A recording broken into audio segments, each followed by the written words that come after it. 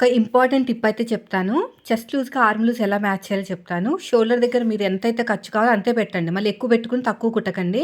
ఇప్పుడు ఈ లైన్ పైన షోల్డర్ దగ్గర కుట్టు వదిలేసుకొని ఈ లైన్ కింద నుంచి కొలవాలి. మనకి ఆర్మ్ లూజ్ 8 మీద 6 గీతలొచ్చింది. చూసారా? 8 మీద 6 గీతలనేది ఆ లైన్ టచ్ అయింది. 8:30 వచ్చినా పర్లేదులెండి. ప్రాబ్లమ్ లేదు. నేను ఎలా కొలిచానో చెప్తాను ఆర్మ్ లూజు.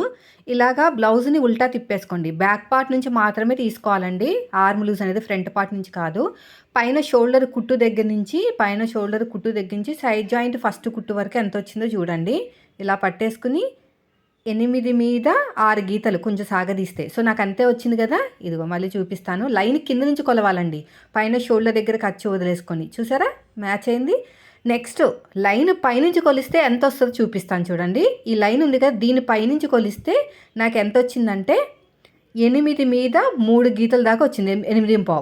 అంటే కొంచెం టైట్‌గా అయిపోయే ఛాన్సెస్ ఉందనమాట. ఆ కొంచెమే కదక్క ఏముందనకండి. వేరే చోట మళ్ళీ ఇంకా పెద్ద ప్రాబ్లమ్ రావచ్చు.